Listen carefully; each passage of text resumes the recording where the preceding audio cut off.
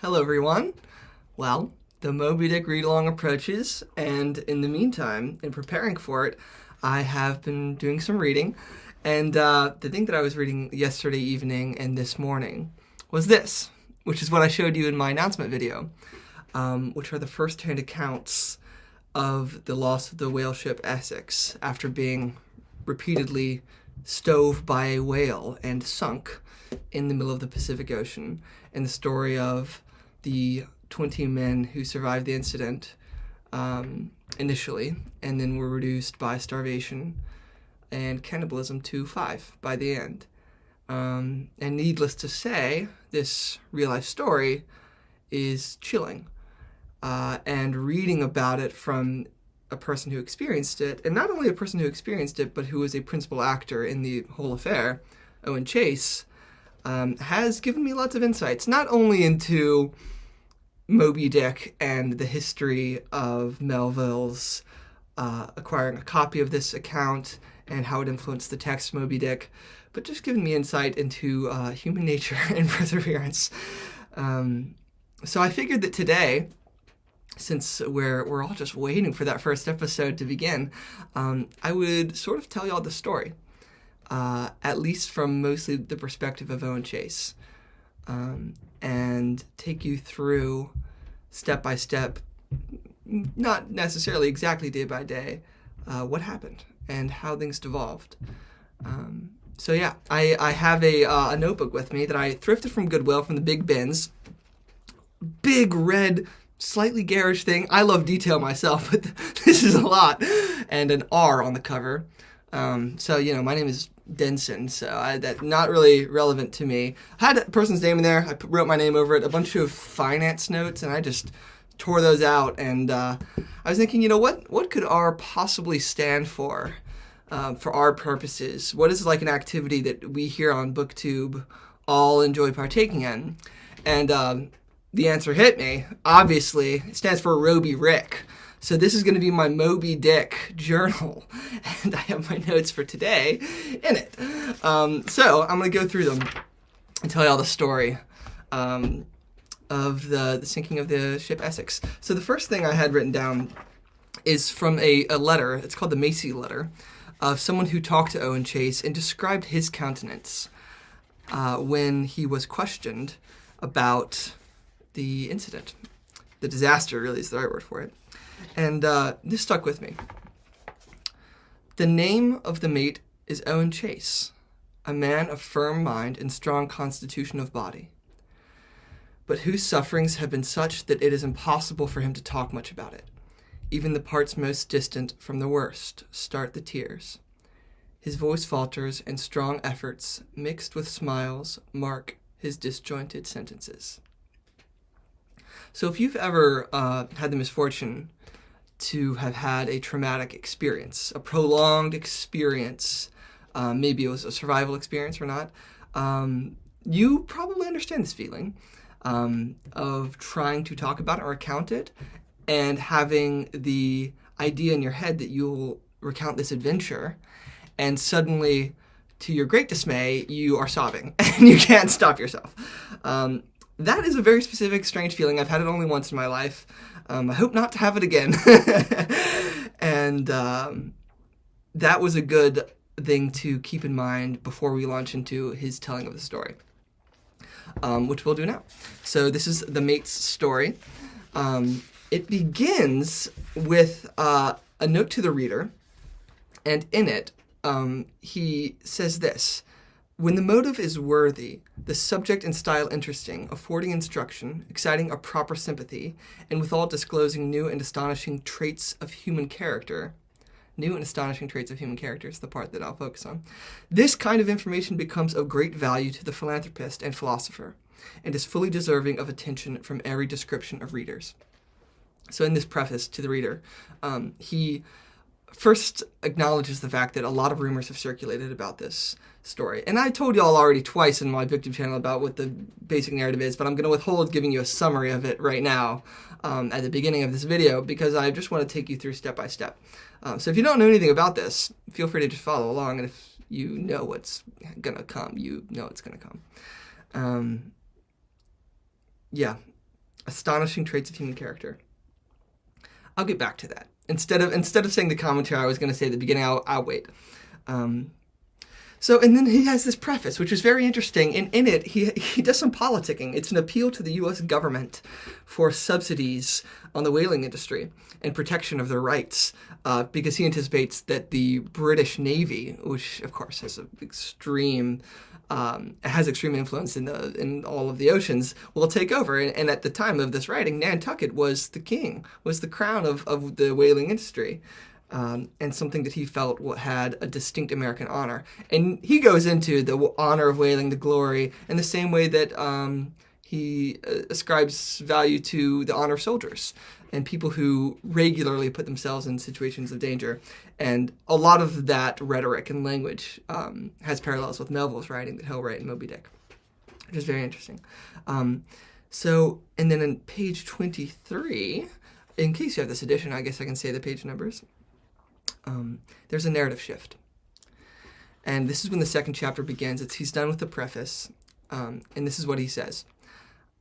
I have not been able to recur the scenes which are now to become the subject of description, although a considerable time has elapsed, without feeling a mingled emotion of horror and astonishment at the almost incredible destiny that has preserved me and my surviving companions from a terrible death. Frequently, in my reflections on the subject, even after this lapse of time, I find myself shedding tears of gratitude for our deliverance, and blessing God, by whose divine aid and protection we were conducted through a series of unparalleled suffering and distress, and restored to the bosom of our families and friends. There is no knowing what a stretch of pain and misery the human mind is capable of contemplating when it is wrought upon by the anxieties of preservation. And this goes on in this style. And you can tell already, this is very well written. Very few people give Owen Chase the credit of writing this all by himself. Most historians and scholars agree that he had a ghostwriter for this story, which circulated in not only every major American newspaper, but on whaling vessels. It was passed along as whaling vessels met in the open ocean during what is called a gam. We'll get to gams in Moby Dick. There's 9 of them in the book. Stories and accounts in various forms of this narrative were passed around. And can you imagine at night with an oil lantern, probably lit by oil from a sperm whale, in the forecastle, reading a story like this? When you're in the industry, it's like reading a horror story and totally fascinating. So hopefully you've gotten already a sense of Owen Chase's headspace as he goes into this. And by the way, as I go through this, I've written down these notes, and they just kind of tell me a page number and the section of the page in which I want to read to you all as I guide y'all through.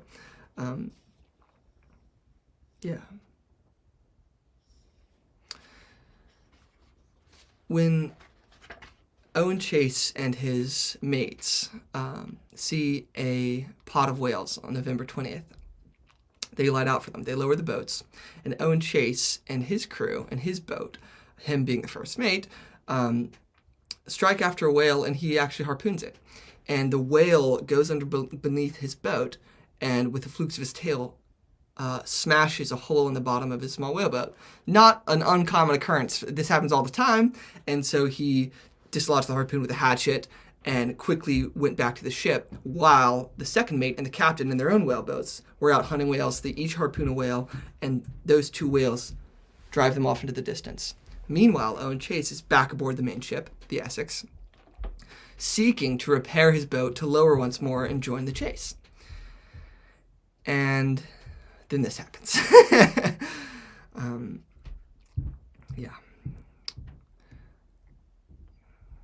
I'll try to find the exact part of the text.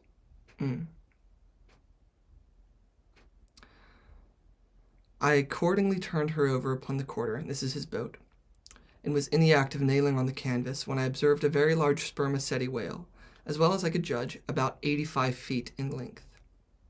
He broke water about 20 rods off our weather bow, and was lying quietly with his head in a direction for the ship. He spouted 2 or 3 times and then disappeared. In less than 2 or 3 seconds he came up again, and the length of the ship off, and made about the length of the ship off, and made directly for us, at the rate of about 3 knots. The ship was then going with about the same velocity.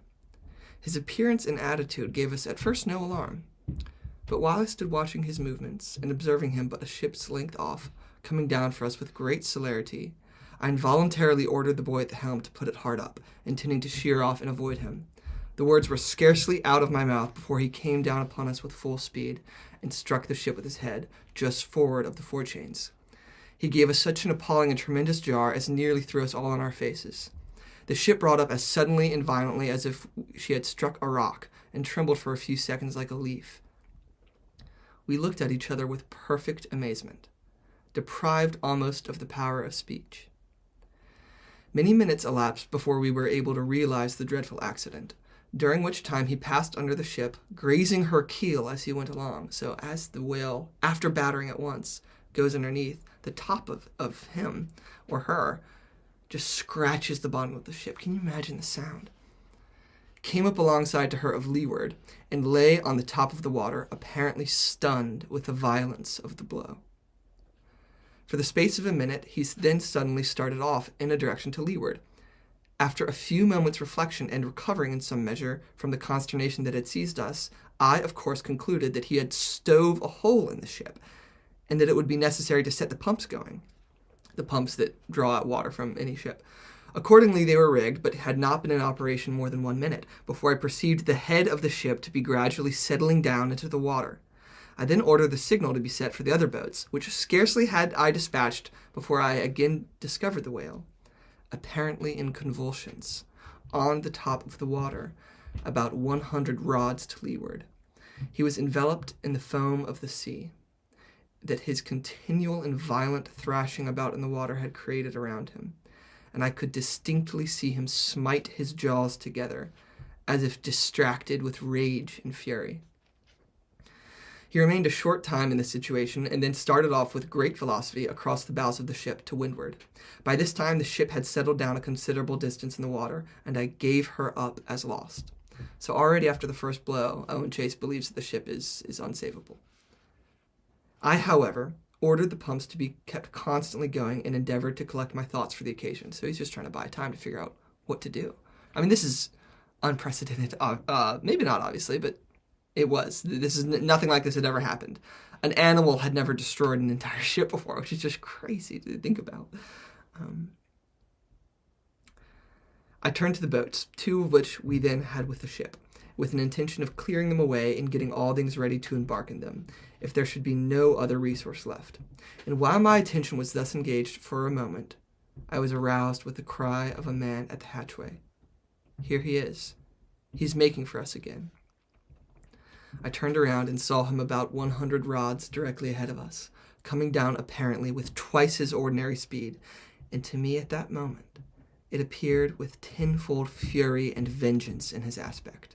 The surf flew in all directions about him, and his course toward us was marked by a white foam of rod and width, which he made with a continual violent thrashing of his tail. His head was about half out of the water, and in that way he came upon, and again struck the ship.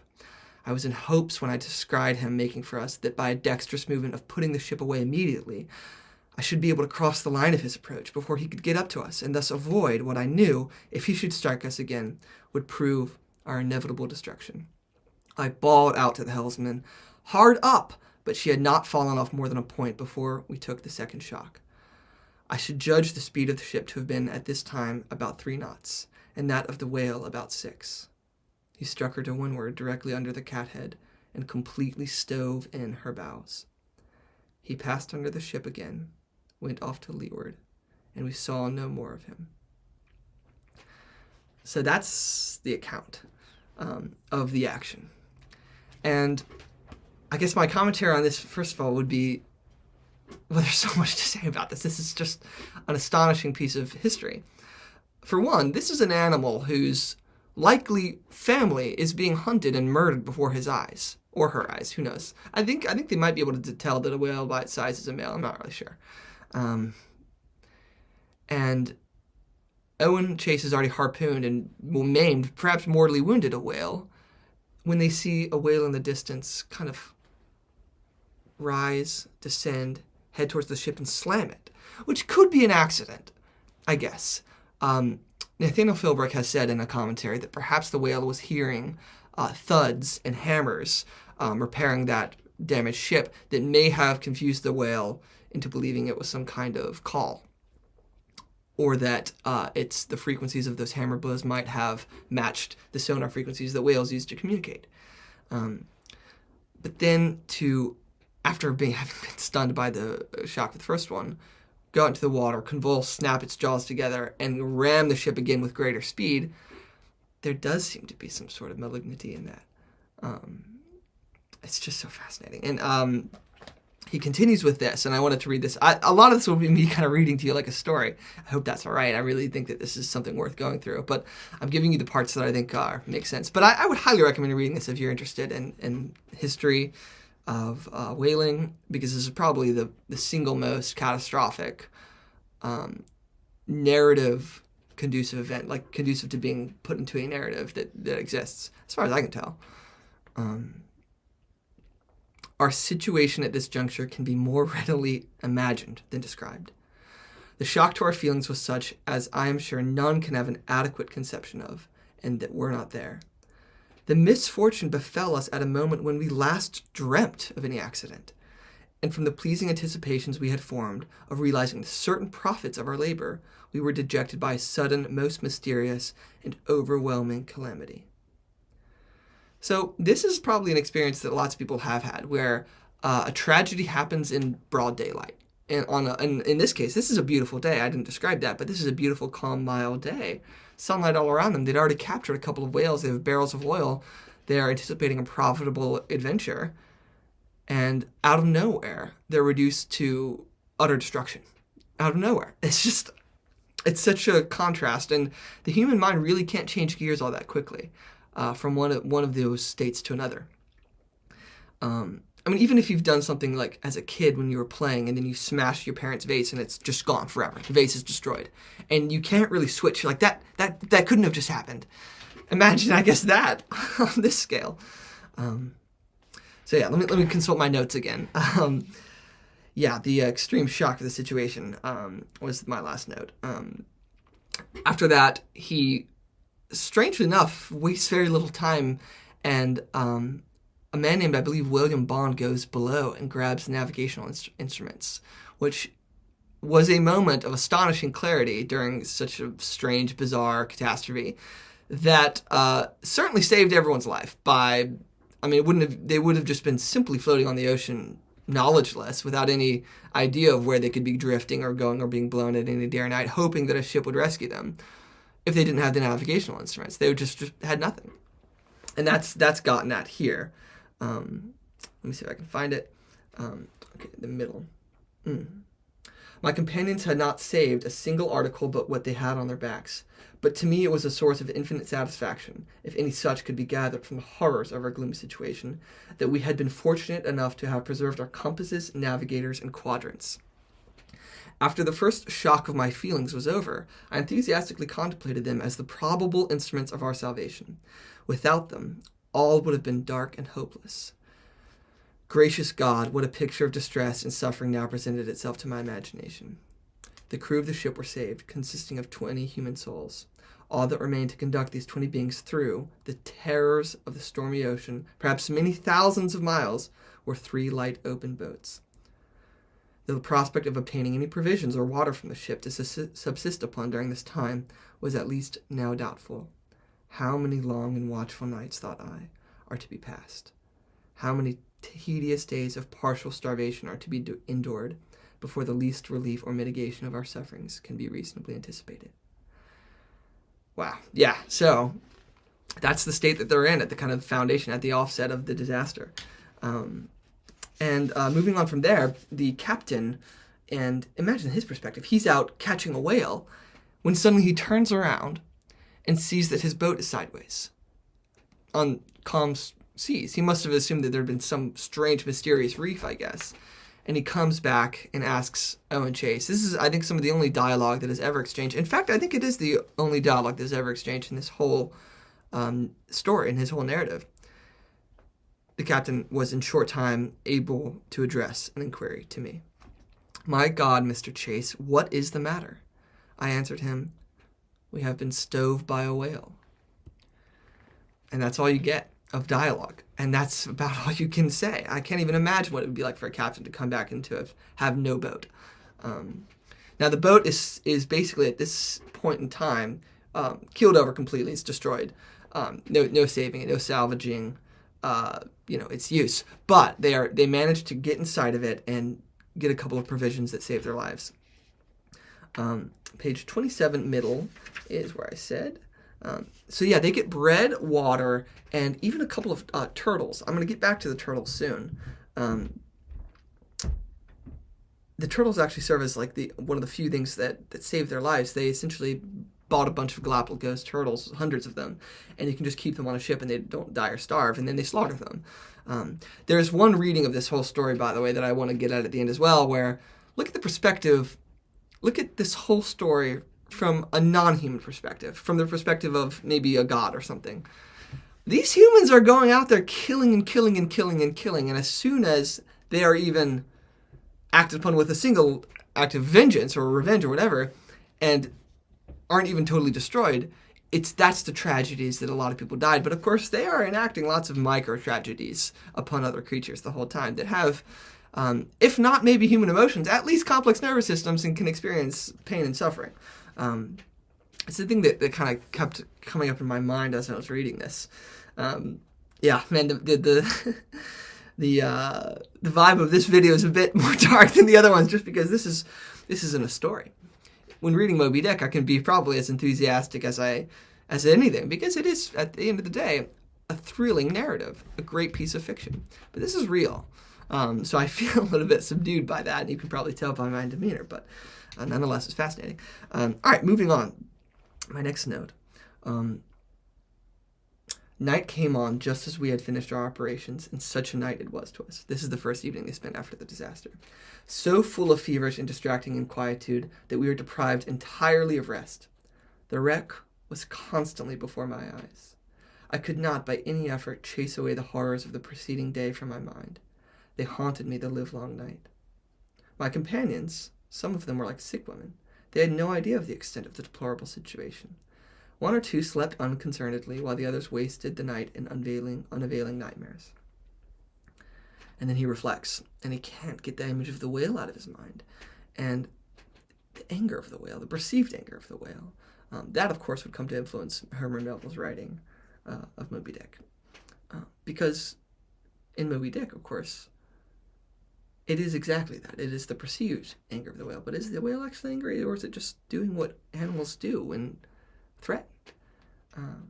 That'll be a good Ahab analysis part of our discussion. Page 36 at the bottom was another interesting note about what specifically keeps Owen Chase awake at night. At this point, they drift and they essentially come together to decide what's the next course of action. And they decide ultimately to sail for, of all places, South America, which is 2,000 miles away from their location. They're pretty close to Tahiti, and they're pretty close to the Marquesas, but there are reported cannibals on the island, and they decide not to. And one thing to note about the story I'm reading you is that it's one man's account. It's Owen Chase's account. And he very much glosses over the fact that the captain of the ship, his name is Captain Pollard. Captain Pollard wanted to go to those islands. And if that decision had been made, they probably would have all survived. Because, unbeknownst to them, the Marquesas were not inhabited by only cannibals, native cannibals at the time. They were inhabited by the English. The English had taken over those islands, but they were ignorant of that. We don't live in the modern day of information being everywhere all over the planet. So word hadn't reached them that there was a safe haven pretty close by.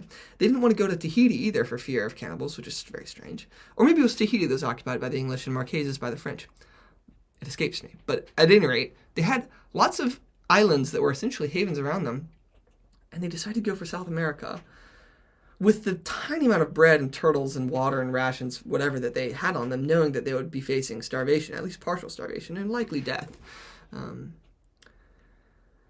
Which was not a good decision, and Owen Chase is responsible for that, and he glosses it over, and he kind of not overrules, but he brings this objection up to the captain, and many other people agree because they're afraid of the cannibals. And the captain gives in. and the whole tragedy could have been spared had that not happened. So, anyways, at this point, they kind of just drift for a couple of nights without significant incident.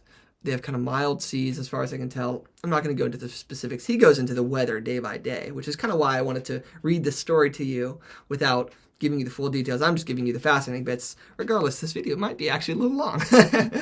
But who doesn't appreciate a long video about whaling, which we're about to have a lot of. So yes, these are the reflections that keep him up at night. No dreams could break the strong fastenings of forgetfulness in which the mind was then locked up. But for my own part, my thoughts so haunted me that this luxury was yet a stranger to my eyes, the luxury of sleep. Every recollection was still fresh before me, and I enjoyed but a few short and unsatisfactory slumbers, caught in the intervals between my hopes and fears. And this next part is one of the most fascinating sentences in the whole account, to me. The dark ocean and swelling waters were nothing. The fears of being swallowed up by some dreadful tempest, or dashed upon hidden rocks, with all the other ordinary subjects of fear for contemplation, seemed scarcely entitled to a moment's thought. The dismal-looking wreck, and the horrid aspect and revenge of the whale wholly engrossed my reflections, until day again made its appearance. So it's the whale, it's the attack that keeps him up at night, that is the horror at this point. Not his worry at the impending misery or gloom or almost certain death.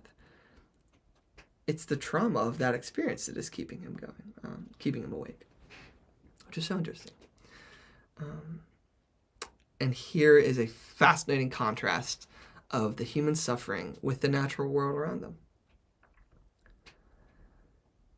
They're essentially kind of taken over by a mild gale.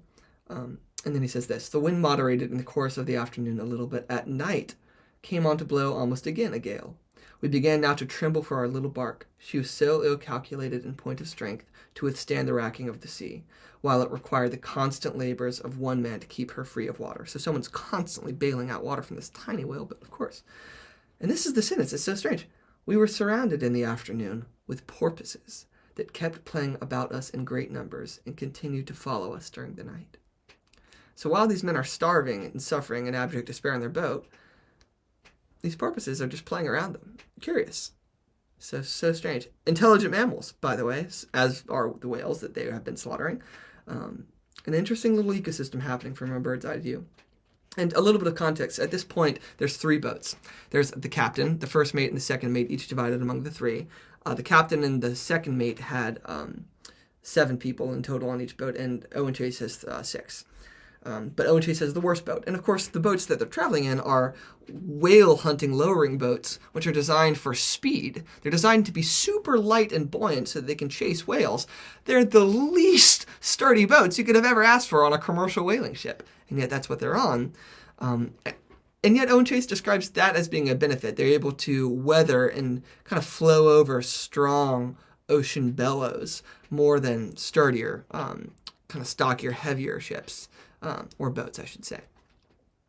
And they saved also from the wreckage in the last minute a couple of nails and a couple of boards. And if they hadn't have done that, they would have all perished and drowned in the sea, because the boats are constantly falling apart, linking. People are always diving underwater with a hatchet underneath a boat. The bottomless ocean beneath them can't even see, hoisting up a plank with the hatchet, and someone nails it from the top. They have to just do these maneuvers all the time, all the while that they're starving to death, slowly starving to death. And then, of course, the person can't even get out of the water without help from the other men, and then collapses and then doesn't wake up for an hour. That's the situation all the time, pretty much, from this point on. Just crazy. There's one other section, page 41 at the bottom, that illustrates this dolphin point. We this day found ourselves surrounded by a shoal of dolphins, some, or one of which, we tried in vain a long time to take. We made a small line from some rigging that was in the boat, fastened on one of the fishhooks, and tied it to a small piece of white rag. They took not the least notice of it, but continued playing around us nearly all day, mocking both our miseries and our efforts. So kind of a black comedy right there, from the dolphin's perspective at least. And of course, they're trying to kill a dolphin to survive. So just very strange happenings happening all the way around them. And this is the sentence that started to make me realize that this experience was kind of unfathomable to me. I described to you how I've already had the experience of recounting a traumatic experience and tears coming to my eyes, or perhaps other emotions associated with the shock of something terrible happening to you while everything was just fine literally moments before. But at this point on, I can't relate really to anything that's happening, and thank goodness for that.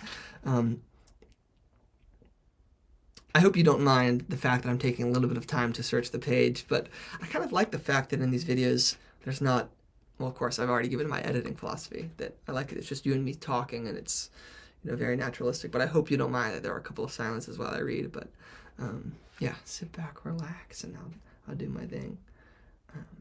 Okay. This is about the water that they're rationing. Our allowance of water, which in the commencement merely served to administer to the positive demands of nature, became now to be insufficient, and we began to experience violent thirst from the consumptions of the provisions that had been wet with the salt water and dried in the sun. So some of their bread had inevitably gotten soaked with salt water because the ocean spray and the ocean itself is constantly pouring over the side of this tiny boat, and no matter how hard they try, they can't help but this bread wrapped in blankets just gets soaked through. And then, of course, they have to dry it, otherwise it'll mold and rot. And when they eat that dried bread, it's infused with salt. And it's just destroying them. They have not enough water to process that. And yet they can't very well just throw away that bread. They'd starve. It's just this horrible accident that throws them into just disarray. It's so sad. And we could not, nay, we did not dare to make any encroachments on our stock of water. Our determination was to suffer as long as human patience and endurance would hold out, having only in view the relief that would be afforded us when the quantity of wet provisions should be exhausted. In other words, once the kind of bread that got wet with salt water was gone, they could go back to just eating the normal bread that doesn't have salt in it and then feel better. And this is the sentence that started to make me realize, I don't even know what they're talking about. I've never experienced this.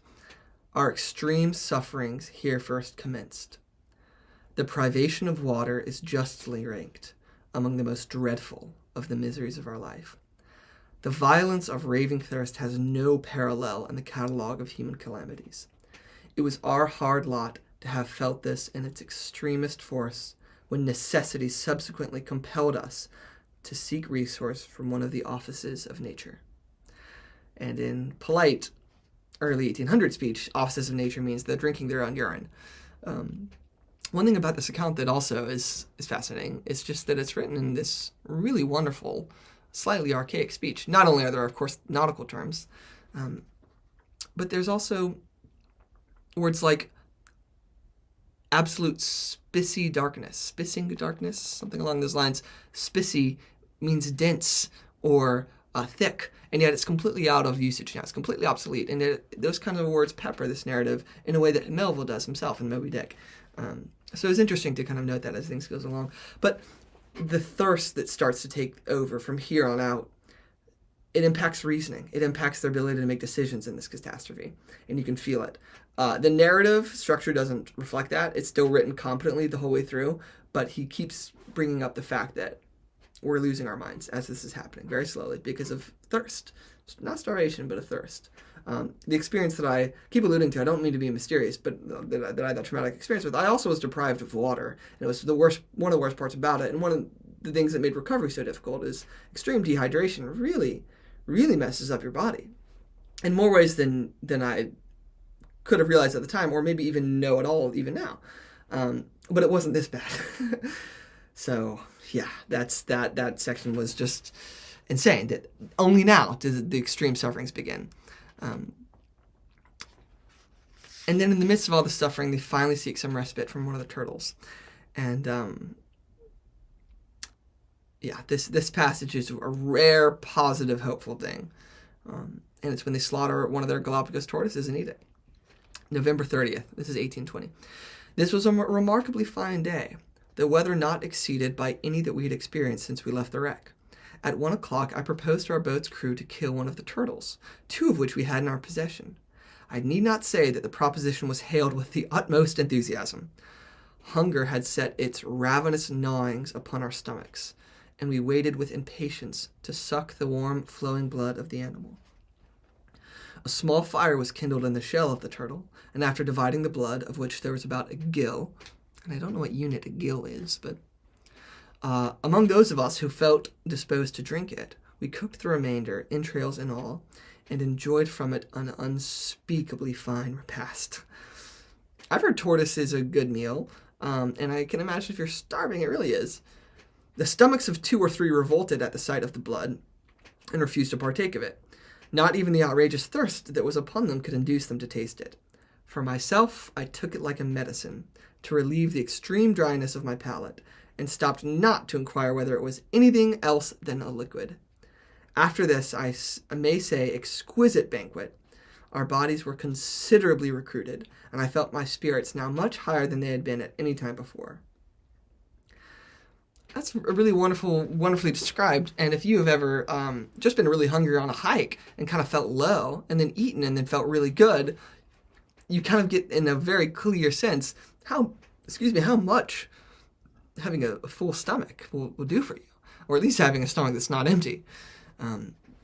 So a rare moment of light in this whole narrative. Okay, next note. Oh yes, and also I wanted to bring up that description is reminiscent of Ishmael's description of, chapter 65 of Moby Dick, the whale as a dish. Goes into similar marine fare, and I wonder if any of that was inspired by this account. Probably not, but it was a parallel I drew.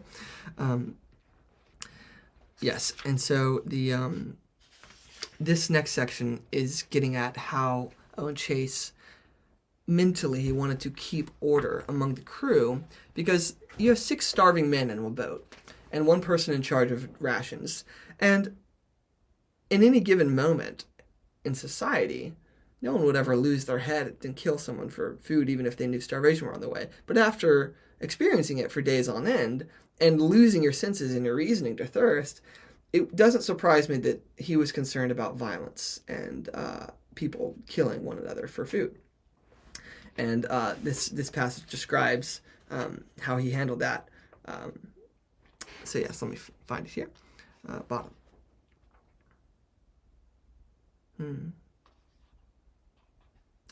I had taken into custody, by common consent, all the provisions and water belonging to the boat. It was determined that no encroachment should be made upon it without my consent.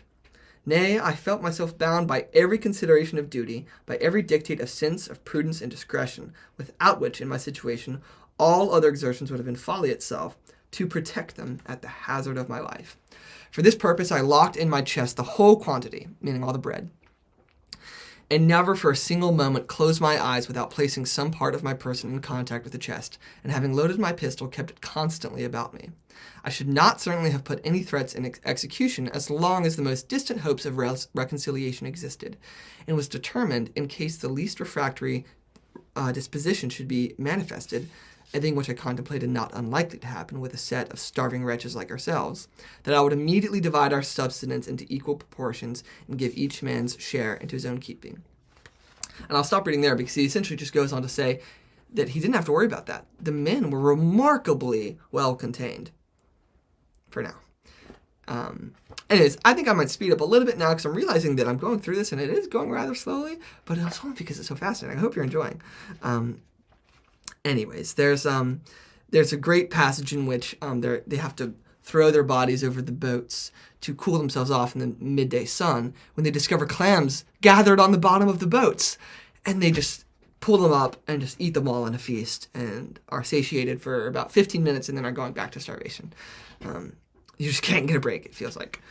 And then this happens, and this is something worth reading. December 20th. This was a day of great happiness and joy. After having experienced one of the most distressing nights in the whole catalogue of our sufferings, we awoke to a morning of comparative luxury and pleasure. At about 7 o'clock, while we were sitting dispirited, silent, and dejected in our boats, one of our companions suddenly and loudly called out, "There is land." We were all aroused in an instant, as if electrified, and casting our eyes to leeward, there indeed was the blessed vision before us, as plain and palpable as could be wished for. A new and an extraordinary impulse now took possession of us. Of course, the lethargy leaves their bodies and they go head for land. And he goes on to say, oh, actually, he says it so well. I really must read this. Wow. Let the reader judge, if he can, what must have been our feelings now. This is when they've made it ashore and they can just lie in the sand, in the shade, not on a rocking boat, knowing that there might be food on the island and water.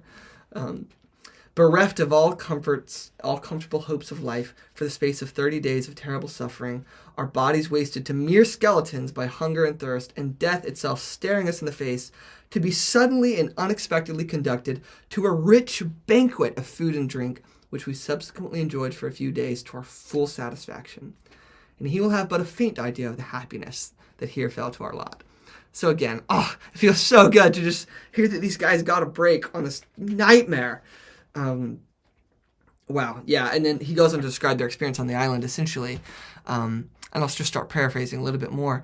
They really can't find water for a long time, and after days of searching, they find a single brackish stream that they're able to drink from. They literally pluck birds of paradise off of the ground, like beautiful exotic birds that are probably now either extinct or endangered critically. They're just sitting there, and they have no fear of humans because they're on an isolated ecosystem, very delicate island, and so they just grab them and wring their necks and eat them because they're starving. And I don't blame them, but it goes, again, it's the human perspective of killing and, I won't say waste in this case, because they're probably eating every single thing. At one point, Owen Chase sees a 1.5-foot fish, and he smashes it in the head, chases it down to a bank in the stream, hits it again, pulls it out of the water, and just starts eating it raw, because he's starving, and his friends come over and just join him, and they eat it, bones and all, nothing left. And there's something about that is very gratifying and satisfying to read in today's day and age, or maybe I shouldn't even say today's day and age, but to be living in an age where there is so much food waste. One thing that I always have kept with me learning about Native American heritage in North America, at least, is how they used every part of an animal. And in all of these descriptions of found food within this account are the same. Anyway, so this part on the island, it goes very well, and then they quickly run out of food. This island is tiny. They think it's called the Ducey's Island, but in fact this is Henderson Island. And 17 of the 20 decide to leave and 3 stay on. And they're given some blankets, some kind of tarps, and their hope is that a ship will pass because there's evidence that a ship has landed here before and pick them up, or that if the other people continue on, that they'll survive and send a ship back. It gives those people who are leaving also a slightly greater chance of survival because they're going to get the rations that those 3 guys would have had. So that's an interesting part. Yeah, they built a little hut. Okay, and on page 60, a man dies. The first time someone dies in the whole account. Matthew P. Joy, the second mate, had suffered from debility and the privations we had experienced much beyond any of the rest of us, and was on the 8th removed to the captain's boat under the impression that he would be more comfortable there, and more attention and pains be bestowed in nursing and endeavoring to comfort him. This day being calm, he manifested a desire to be taken back again, but at 4 o'clock in the afternoon, after having been, according to his wishes, placed in his own boat, he died very suddenly after his removal. On the 11th, at 6 o'clock in the morning, we sewed him up in his clothes, tied a large stone to his feet, and having brought all the boats to, consigned him in a solemn manner to the ocean. So, they throw his body overboard. And I know what you're already thinking, and obviously anyone who knows the story knows what you're thinking, which is that they just throw his body overboard at this point. They don't entertain any notions of anything else. Yeah, I'll continue on. On page 61, yeah. One of the difficulties in this whole endeavor is that they want to stay with each other, these 3 ships, for nothing more than just the companionship that it provides them, the mental benefit of seeing their faces and knowing they're together, the commiseration, and they lose each other in a gale in the night. And at that point, Owen Chase's boat is just by itself. They are eventually attacked by a shark. Shark just prods around, pokes a hole in the boat. earlier in the story, I glossed over this. A killer whale attacked the captain's boat, and they had to beat it off. And then, of course, repair the boat. So they just keep getting attacked by nature. In some ways, you could probably view this as a sort of economic revenge, or an eco-revenge story, an eco-terrorist story by the very animals whose populations they've been decimating. And they're taking revenge upon them. Yeah. So the next thing that I'll read is on chapter 65 is that Owen Chase has a dream. He said, I dreamt of being placed near a splendid and rich repast, where there was everything that the most dainty appetite could desire, and of contemplating the moment in which we were to commence to eat with enraptured feelings of delight, and just as I was about to partake of it, I suddenly awoke to the cold realities of my miserable situation. And that reminded me, I love The Hobbit, of the dream of Bomber in the middle of Mirkwood, having fallen into the stream while he's starving, wakes to find that he has these dreams of feasting in the forest with elves, and then wakes to find that he's in the woods starving. I wonder, this is a very famous story, I wonder if Tolkien read this, because it just matches, but of course that's probably a common theme. Well, we're pretty much near the end now, and the inevitable is going to happen. So they've been separated from the other ships, 2.5 months have passed, and a man named Isaac Cole dies, and this is how it happens. Isaac Cole, one of our crew, had the day before this, in a fit of despair, thrown himself down in the boat and was determined there to calmly wait for death. It was obvious that he had no chance.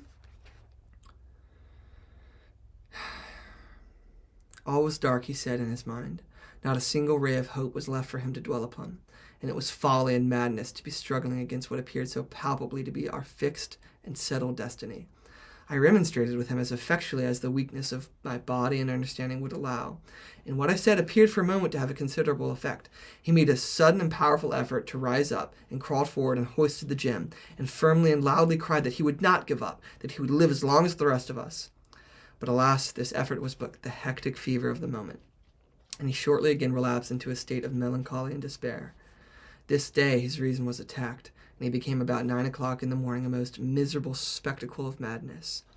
He spoke incoherently about everything, calling loudly for napkin and water, and then lying stupidly and senselessly down in the boat again, and would close his hollow eyes as if in death. At about 10 o'clock we suddenly perceived that he became speechless. We got him as well as we were able upon a board, placed on one of the seats of the boat, and covered him up with some clothes, left him to his fate. He lay in the greatest pain and apparent misery, groaning until 4 o'clock, when he died, in the most frightful convulsions I've ever witnessed. And I'll skip over the next part, the reflections, but it's just horrific. It's the madness, of course, of continual sun exposure and starvation and thirst, and we see repeatedly, and I'm skipping some of these, and there's other accounts from the other boats that are, at this point, to us, we can't reach the perspective. This is a common theme of people giving up. They give up and die, and as soon as they give up, they die. A very strange thing about human will is that it keeps you alive. It keeps your organs going. It's very strange.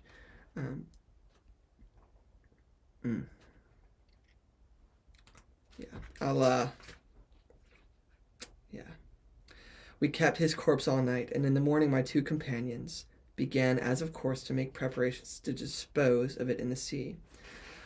When, after reflecting on the subject all night, I addressed them on the painful subject of keeping the body for food. Our provisions could not possibly last us 3 days, within which time it was not in any degree probable that we should find relief from our present sufferings, and that hunger would at last drive us to the necessity of casting lots. Casting lots meaning, if you draw the lot, if you draw, there's 3 sheets of paper and a black mark on one, you draw that one, you get shot in the head and you get eaten by the other people. That's what they mean. It was without any objection agreed to, and we set to work as fast as we were able to prepare it so to prevent its spoiling, it being Isaac Cole. We separated his limbs from his body and cut all the flesh from the bones, after which, and remember, this is being read to an early 19th century audience.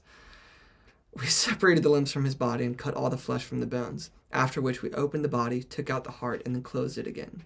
sewed it up as decently as we could, and committed it to the sea, it being the body without the arms and the heart. We now first commenced to satisfy the immediate cravings of nature from the heart, which we eagerly devoured, and then eat sparingly a few of the pieces of flesh, after which we hung up the remainder, cut into thin strips about the boat to dry in the sun. We made a fire and roasted some of it to serve us during the next day. In this manner did we dispose of our fellow sufferer, the painful recollection of which brings to mind at this moment some of the most disagreeable and revolting ideas that it is capable of conceiving. We knew not then to whose lot it would fall next, either to die or to be shot, and eaten like the poor wretch we had just dispatched. Humanity must shudder at the dreadful recital. I have no language to paint the anguish of our souls in this dreadful dilemma. The next morning, the 10th of February, we found that the flesh had become tainted, and had turned of a greenish color, upon which we concluded to make a fire and cook it at once, to prevent its becoming so putrid as to not be eaten at all. We accordingly did so, and by that means preserved it for 6 or 7 days longer. Our bread during the time remained untouched, as that would not be liable to spoil. We placed it carefully aside for the last moments of our trial. Wow, yeah. And it goes on. They eat the last of the bread. Yeah, and finally, this happens. At about 7 o'clock this morning, and this is, it doesn't actually say the date here. But it's so far it's left is just Owen Chase and 2 others in the boat.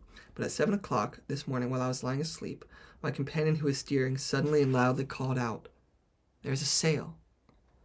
I know not what the first movement I made upon hearing such an unexpected cry. The earliest of my recollections are that I immediately stood up, gazed in a state of abstraction and ecstasy upon the blessed vision of a vessel about 7 miles off from us. She was standing in the same direction of us, and the only sensation I felt at the moment was that of a violent and unaccountable impulse to fly directly toward her. I do not believe it is possible to form a just conception of the pure, strong feelings and the unmingled emotions of joy and gratitude that took possession of my mind on this occasion. The boy, too, took a sudden and animated start from his despondency and stood up to witness the probable instrument of his salvation. I can't even imagine. I can't imagine. I can sort of try what they must have been feeling. They've just eaten a person that they've been speaking with, and they're now going to leave this freaking nightmare. I try not to curse on this channel, but I almost just did. Our only fear was now that she would not discover us, or that we might not be able to intercept her course. We, however, put our boat immediately, as well as we were able, in a direction to cut her off, and found to our great joy that we sailed faster than she did. Upon observing us, they shortened sail and allowed us to come up to her. The captain hailed us and asked us who we are. I told him we were from a wreck, and he cried out immediately for us to come along the ship. And they're taken in and carefully given food and water in slow increasing increments, of course, because you could perish if you just fill your stomach after long periods of starvation. I don't know exactly why, but anatomically you can perish. So they survive. And I want to halt this narrative at this moment and switch to one more perspective before I kind of leave y'all. This is going to be a long video, probably more than an hour. I say that as if there's anything wrong with that, but you know what? I really don't think there is. That's the thing I love about this corner of BookTube, is that we are okay with spending time with each other, and totally okay if you don't want to, especially for a story like this. Meanwhile, Thomas Nickerson was writing about... Thomas Nickerson was in the same boat, but meanwhile this is happening, the captain is having his own escapade. I'll go and say right now that the third boat that separated was never seen again. So what unknown misery of starvation and cannibalism until nothingness happened, we don't know. Maybe they drowned themselves, maybe not. Maybe they were lost in a gale. Who knows? But those were lost forever.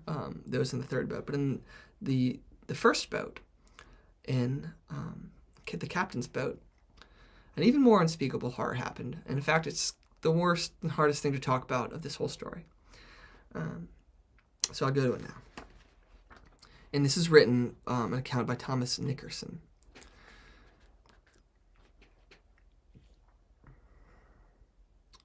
when their last morsel of food was gone, and this is the captain and 2 others, when their last morsel of food was gone, and finding as they were that all must die, and for the sake of friends should know their fate, I think, if my memory serves me, that Ramsdell made the first proposition to cast lots.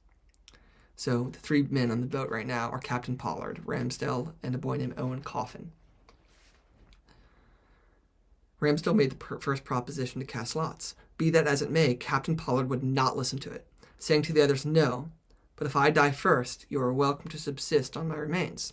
The captain shoots it down and says, "We're not casting lots to kill someone and then eat them. I won't do that. If I die, you can eat me." That's what he says. But Coffin joined the entreaty to cast lots. They then cut some blank paper checks and put them in a hat. The lot fell to Coffin, which he distinctly declared to be a fair lot, and that he wished to abide by it. Captain Pollard then declared that he would take the lot himself, but to this Coffin would not listen for a moment. This was a trying moment, truly. The reason why is because Coffin is Captain Pollard's nephew. He's his sister's child. This was a trying moment, truly, the son of a beloved sister to fall by their hands. Who can doubt but that Pollard would rather have met the death 1,000 times? And this is the kind of thing that's difficult to talk about unless you've given the context of this long suffering that has happened beforehand. And even in this video, I've talked for an hour and I still haven't given nearly the amount of suffering that's contained within these pages, which is not even nearly the amount of suffering that they actually experienced. The crazy thing about a sentence that says "another day passed" is that we read it in an instant. And yet a day of suffering, it's unfathomable, because when you really are suffering physically with pain combined with the knowledge of death, impending death, the present is an infinity of suffering. That's just how it is. It's crazy. It's just, you feel this infinity of suffering happening to you, and you can't imagine there being a time beyond it, and you can't even imagine that a time when this wasn't happening to you. So anyways, this kind of eventuality doesn't make sense without that context, I feel. So this is why I didn't want to talk about at the start of the video this part of the story, which is undoubtedly the most morbidly fascinating, because I feel like it's not fair, basically, to their memories. This is a trying moment, truly. None that knew him, Captain Pollard, would ever doubt. Neither of his companions but that shrank from the heart-rending trial. So they were compelled again to cast lots that who would draw the fatal trigger. So they already know who they're going to kill and eat, and that's the boy, Coffin. And now they're casting lots to see who's going to pull the trigger and kill him. As if the fate would have it, the awful die turned upon Captain Pollard. For a long time, he declared that he would never do it, but finally had to submit. Coffin then called them to come near, whilst he brilled. And this is an interesting piece of writing. He called them to come near. That might not make sense, but it's important, I guess, for us to remember that they're starving, and they're probably emaciated skeletons moving slowly in a boat. That's a description that has happened a couple of times, but it's easy to mistake them for vibrant, vivacious sailors. They're not. They're almost dead. And he calls them to come near. He breathed a parting message to his dear mother and family. Then, craving a few moments in silence, he told them that he knew the lots had been fairly drawn, and he submitted to his fate perfectly resigned, and we know the rest. Let us draw a veil over the fate of a shipmate we all loved so dearly and so well. Peace to his memory. Captain Pollard was not, nor could he be thought to have dealt unfairly with this trying matter. On his arrival, he bore the awful message to the mother, as her son desired. Can you imagine talking to the mother like that? I mean, having to deliver that, what you did. I really can't imagine that. I can conceive of something, but I can't imagine what that would have been like. On his arrival, he bore the awful message, and she became almost frantic with the thought, and I've heard that she could never become reconciled to the captain's presence. Captain Pollard has since lived on the island, greatly respected by all whose business or pleasure brought them in contact with, and died lamented by a large circle of friends. So that's an interesting thing to note about Captain Pollard's life, is that, for by all accounts, it didn't end in this horror and tragedy. He was loved. And then there's one last, this is actually, I think, the last account of that specific incident. It almost goes nameless, but of their casting lots it falling to the boy named Coffin and killing him. I probably won't be the first also to draw attention to the fact that this boy had a last name that refers to a comfort of the dead that he was not going to receive. Kind of a strange fatalistic or anti-fatalistic thing. Page 198 is the captain's own thoughts.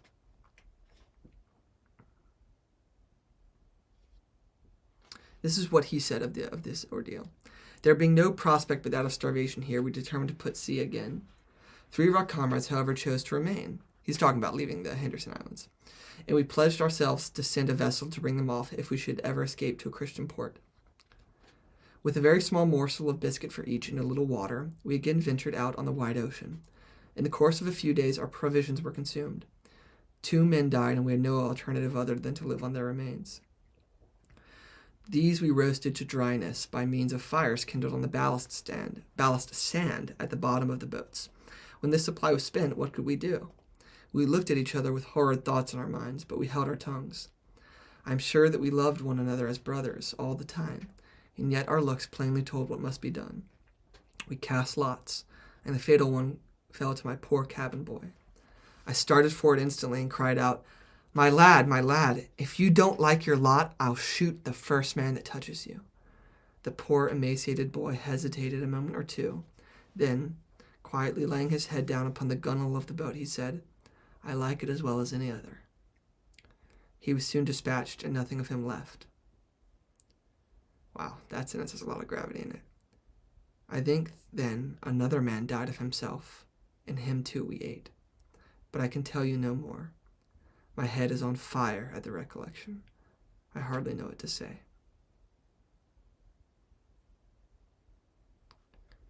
Yeah.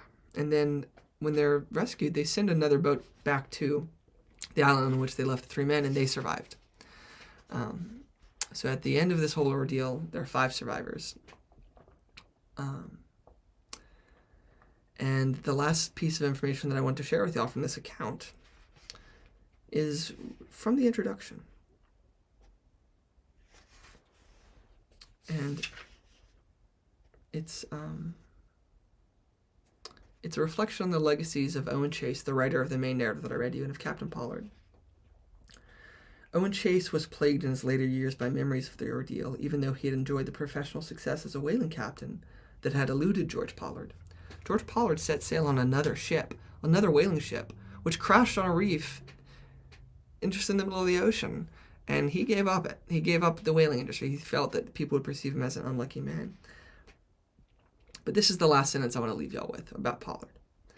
Even though Pollard was the victim of several unfounded rumors, he appears to have reconciled himself to his role in the disaster and enjoyed a happy and fulfilling life as a night watchman on Nantucket. So at the end of this unspeakable tragedy that he says his head is on fire to recount, he's able to live out his life with honor. And I think it's because he acted honorably throughout it all. He did the best he could. And he's spoken of in that manner by all the survivors.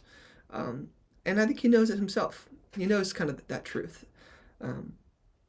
As regards to Owen Coffin, him saying, "I like it like any other," it makes me think, I wonder, that situation is kind of one of the most, it has to be the most extreme possible survival tale. Choosing to kill a person to survive in your group, a person you love, a friend,